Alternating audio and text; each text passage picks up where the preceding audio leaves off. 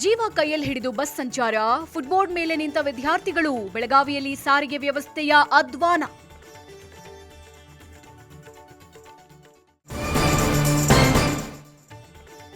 ದೇವೇಗೌಡರ ಪತ್ನಿ ಚೆನ್ನಮ್ಮ ಆರೋಗ್ಯ ಗಂಭೀರ, ಮಣಿಪಾಲ ಆಸ್ಪತ್ರೆಯಲ್ಲಿ ಮುಂದುವರೆದ ಚಿಕಿತ್ಸೆ. ದೇವೇಗೌಡರು ಕುಮಾರಸ್ವಾಮಿ ಆತಂಕ.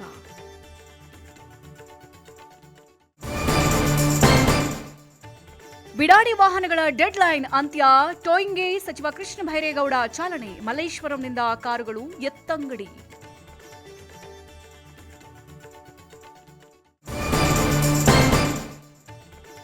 ಬಿಡದಿ ಟೌನ್ಶಿಪ್ಗೆ ಬಿಜೆಪಿ ವಿರೋಧ.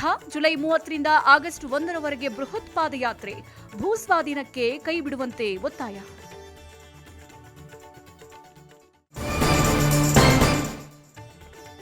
ವಿಕ್ರಮ್-1 ರಾಕೆಟ್ ಯಶಸ್ವಿ ಉಡಾವಣೆ.